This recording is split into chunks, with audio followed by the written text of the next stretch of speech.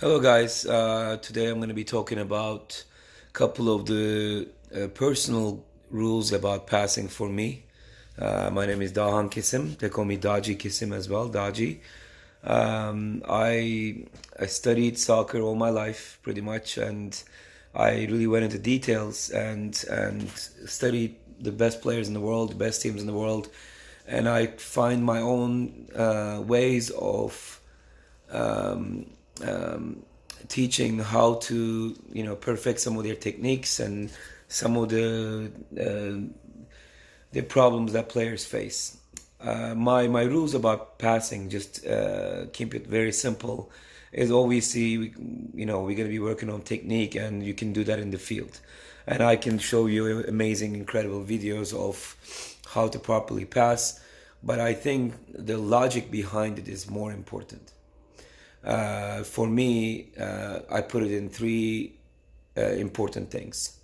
One, the player you're gonna pass it to. Two, the player closest defender that will be defending that pass. And three, the space. So how it works is, let's just say I have the ball, and I'm looking up to see my player, and I want to pass it to my right mid, for example. I'm looking at the player, and there's a player, a left back, coming towards him, left side from his right, my left. So a lot of players do this mistake. They get the ball, and they see the player, and immediately they want to pass it to the player where the player is. Why my rule is to eliminate a lot of the issues. You need to look at all three things. One, the player you're gonna pass it to, yes, and that's usually where most players just finishing up the whole thing, like they just want to pass. That's the player. It's the tennis ball and a puppy.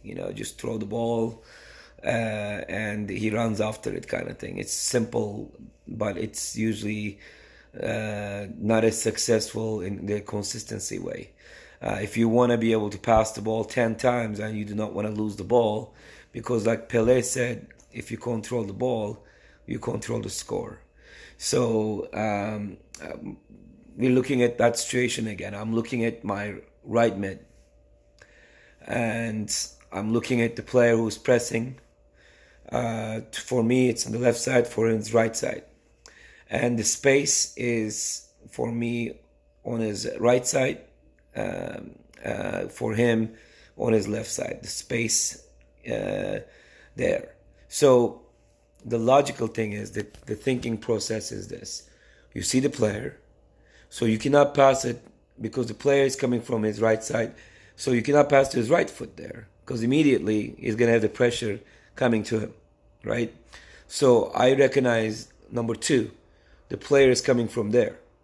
So I'm looking at the space behind him or to the side of him that will be away from the defender. So I put the ball there. Simple rule. Sounds super simple.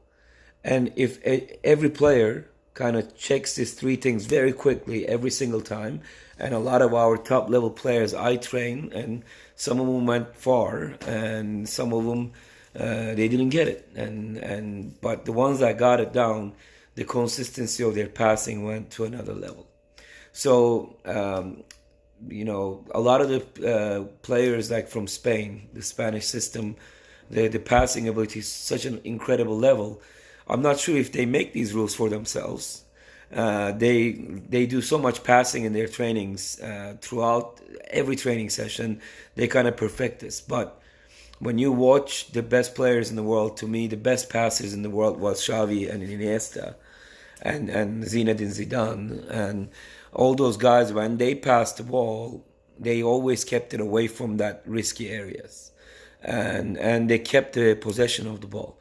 So like I said, one, the player you're going to pass to, the player who's going to be defending that player, and the space away from that defensive player.